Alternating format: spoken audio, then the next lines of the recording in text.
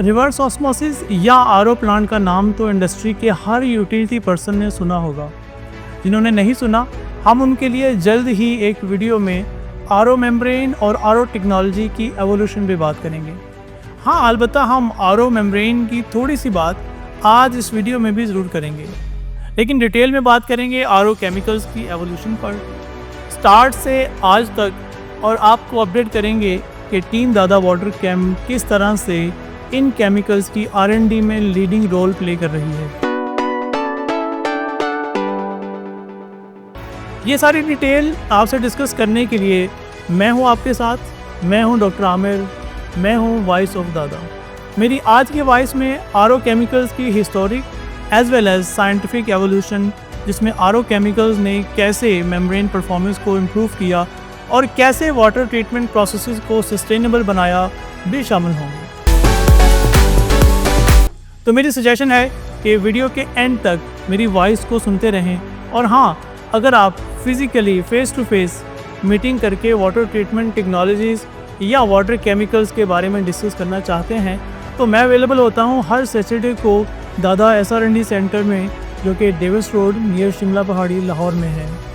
So most welcome for a cup of T or a glass of juice and fruitful discussion to resolve your industrial and commercial water treatment and allied challenges.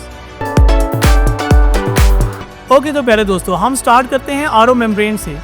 Reverse osmosis या RO का concept 1953 में propose हुआ, लेकिन break through आया 1962 में, जब Loeb और सुरराजन ने एक ऐसी मेम्ब्रेन बनाई जो साल्ट को रिजेक्ट कर सकती थी। At first RO plants 1970s में यूज़ होने लगे, लेकिन सबसे बड़ी प्रॉब्लम थी बहुत फास्ट मेम्ब्रेन परफॉर्मेंस डिक्लाइन, जिसकी वजह थी मेम्ब्रेन स्केलिंग और बायोफॉलिंग। अगर हम लाइटली शॉर्टली डिस्कस करें स्केलिंग और बायोफॉलिंग के बारे में, सो इन स्केलिंग इस प्रोसेस में कैल्शियम कार्बोनेट, सल्फेट और सिलिका जैसे साल्ट्स मेम्ब्रेन पर डिपॉजिट हो जाते हैं और मेम्ब्रेन की परफॉर्मेंस को डैमेज करते हैं। इस तरह बायोफॉलिंग की बात करें, इस प्रॉब्लम में माइक्रोबियल ग्रोथ की वजह से मेम्ब्रेन्स ब्लॉक हो जाती हैं। इसलिए आरओ मेम्ब्रेन्स की बार बार रिपीटेडली क्लीनिंग की जाती थी, जिसकी वजह से मेम्ब्रेन की लाइफ शॉर्ट थी और डाउन टाइम ज़्यादा।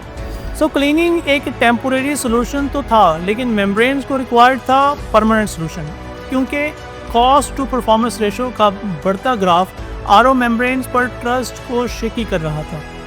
यहाँ मैं बताता चलूँ कि रिपीटेड क्लीनिंग अभी भी पाकिस्तान में बहुत से लोगों की हैबिट है, जो कि सही नहीं। मेरी सजेशन है उन्हें रिपीटेड क्लीनिंग से अवॉइड करना चाहिए। आरओ मेम्ब्रेन्स की प्रॉब्लम्स को सॉल्व करने के लिए इस तरह स्टार्ट हुआ वाटर कैम में R&D का इरा। तो 1980s और 1990s में हर कंट्री के इंडस्ट्रियलिस्ट और रिसर्चर्स ने अपने अपने एरिया की वाटर क्वालिटी के हिसाब से आरओ मेम्ब्रेन केमिकल्स डेवलप करने शुरू कर दिए। आरओ मेम्ब्रेन केमिकल्स की डेवलपमेंट आरओ मेम्ब्रेन्स की डेवलपमेंट के पैरेलल चलती रही। इस तरह से केमिकल ट्रीटमेंट सिस्टम्स इवॉल्व हो गए, जो कि मेम्ब्रेन ऑपरेशंस के दौरान यूज़ होने लगे। तब आए एंटीस्केलेंट्स, बायोसाइड्स और आरओ मेम्ब्रेन्स की क्लीनिंग के केमिकल्स। अगर हम बात करें one by one in chemicals की, तो जो कैल्शियम और मैग्नीशियम जैसे साल्ट डिपॉजिट को डिज़ोल्व करके स्केल बनने से रोके, उन्हें हमने एंटी स्केलेंट की कैटेगरी में कंसीडर कर लिया। अगर हम बात करें बायोसाइड केमिकल्स की, जो बैक्टीरिया और एल्गी को ब्रेकडाउन करके मेम्ब्रेन से बाहर निकालते थे, उन्हें उस वक्त बायोसाइड केमिकल्स का नाम दे दिया गया। अगर हम बात करें आरओ क्लीनिंग केमिकल्स की, जो कि उस स्केल और माइक्रोबियल डिपॉजिट्स को ब्रेकडाउन करते हैं जिन्हें एंटी स्केलेंट और बायोसाइड रिमूव ना कर सके। इन नए केमिकल सिस्टम ने आल्दो मेम्ब्रेन की लाइफ को डबल किया, लेकिन चैलेंजेस भी साथ साथ एग्जिस्ट कर रहे थे, बिकॉज सिर्फ स्केल यही कैल्शियम और मैग्नीशियम की नहीं थी, इस तरह से और भी प्रॉब्लम थे। सो 20,000 के बाद इंडस्ट्री ने आरओ मेम्ब्रेन में क्रिटिकल प्रॉब्लम के लिए स्पेशल केमिकल बनाई।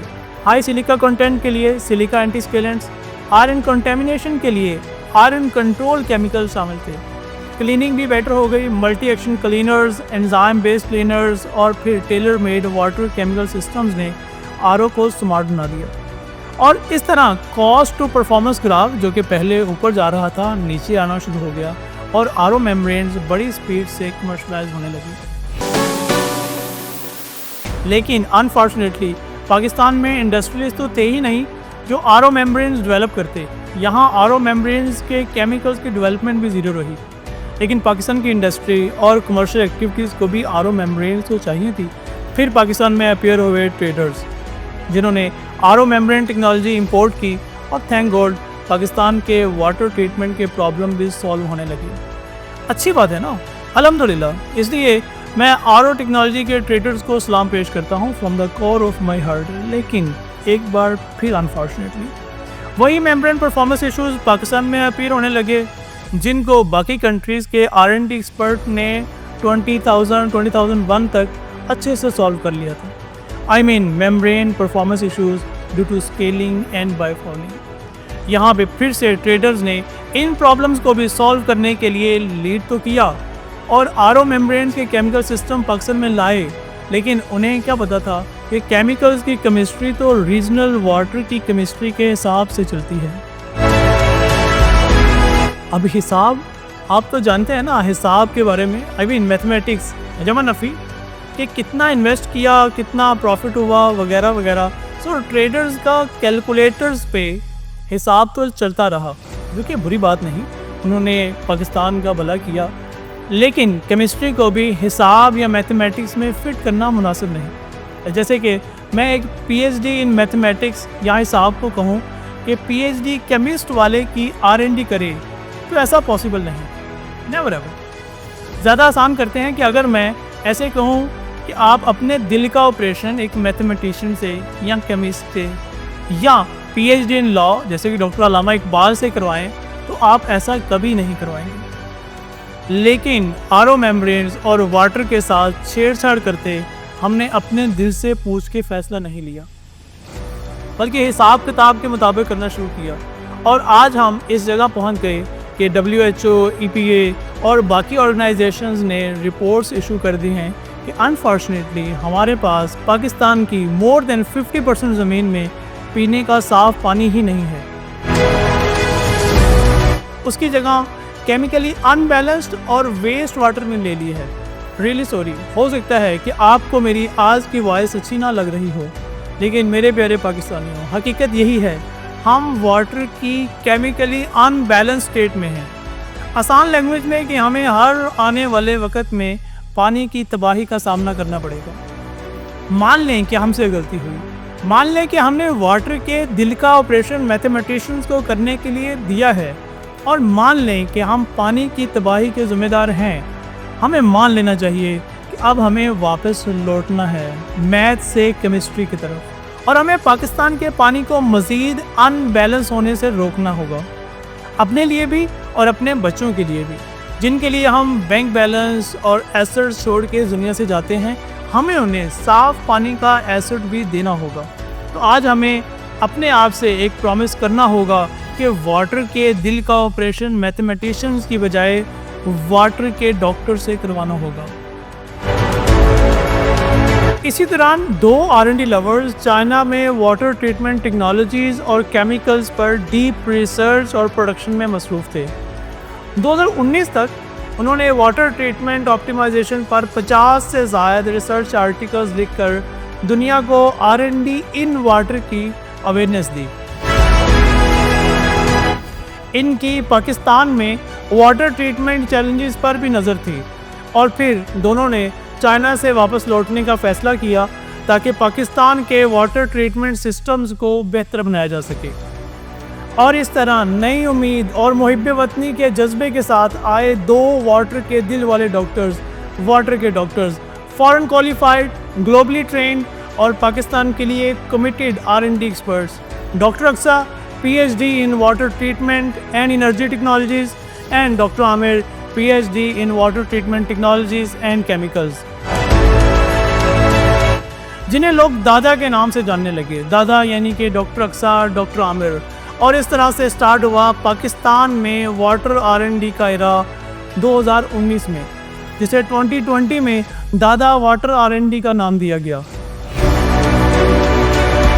यहाँ एक बात बताना ज़रूरी है कि एक्सेसिव R&D एक्सपेंसेस ने दादा मिशन को थोड़ा डिस्टर्ब किया, लेकिन जल्द ही दादा वाटर R&D में एक सस्टेनेबल मॉडल लाने का फैसला किया गया ताकि इस वाटर R&D मिशन को सस्टेनेबली कंटिन्यू रखा जा सके। फिर 2021 में DSBM यानी कि दादा सस्टेनेबल बिजनेस मॉडल लॉन्च किया गया और इस तरह से दादा वाटर R&D को सस्टेनेबल बनाया गया। DSBM could be the best global business model for the sustainability of early career companies। इसकी डिटेल हम इंशाल्लाह अपनी किसी नेक्स्ट वॉइस में शेयर करेंगे, लेकिन अभी हम बात करते हैं दादा वाटर R&D के RO केमिकल्स की। Most importantly first time in history Pakistan में दादा वाटर R&D के अंडर वाटर केमिकल को पर्पसफुल नेम दिया गया और इन्हें दो ग्रुप्स में डिवाइड किया गया।